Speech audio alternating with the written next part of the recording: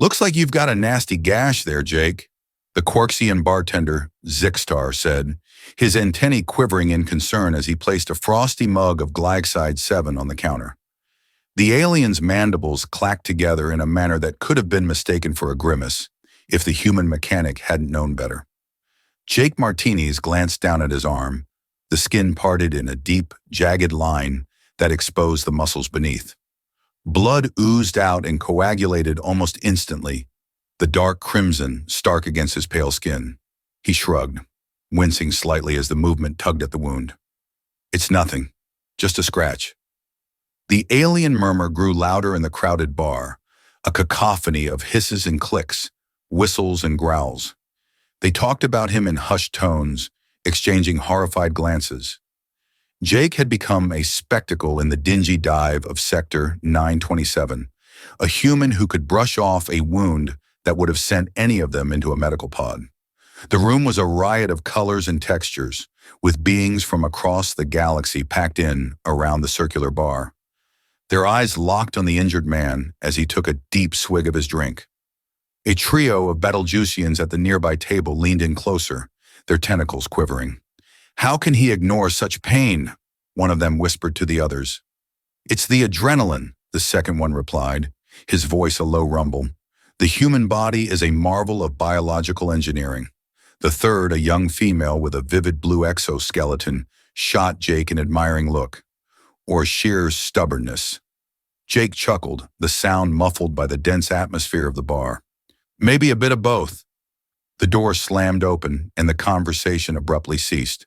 A group of burly, scaly aliens, the kind that hauled goods across the galaxy for a living, stumbled in, their laughter echoing off the metal walls.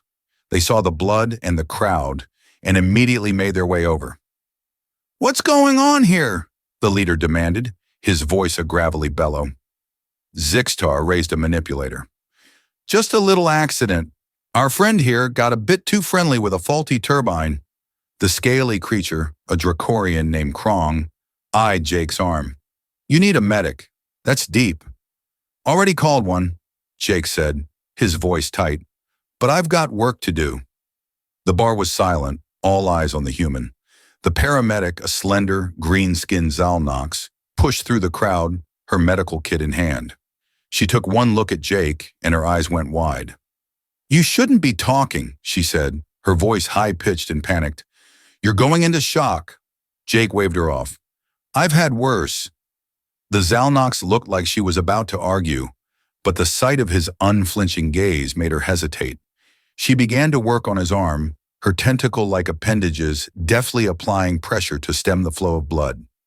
The bar's patrons watched with a mix of fascination and horror, whispering to each other about the strange creature from Earth who could ignore such pain. The minutes stretched into hours, and the story of Jake's injury grew with each retelling. Soon the whispers of disbelief turned into a chant of respect. By the time the paramedic had finished patching him up, the once skeptical aliens were buying him drinks and asking for his autograph. But Jake didn't revel in his newfound fame. He had a job to do, and no matter how much his arm throbbed, he wasn't going to let his clients down. He'd fix the hyperdrive on the freighter out back, and he'd do it with a smile on his face. Because that's what humans did. They pushed through the pain, they worked hard, and they never quit. And in the vast expanse of space, where survival often hinged on a thread, that was the kind of reputation a mechanic needed. The story of Jake Martinez, the human who didn't know the meaning of the word whimsical, had only just begun.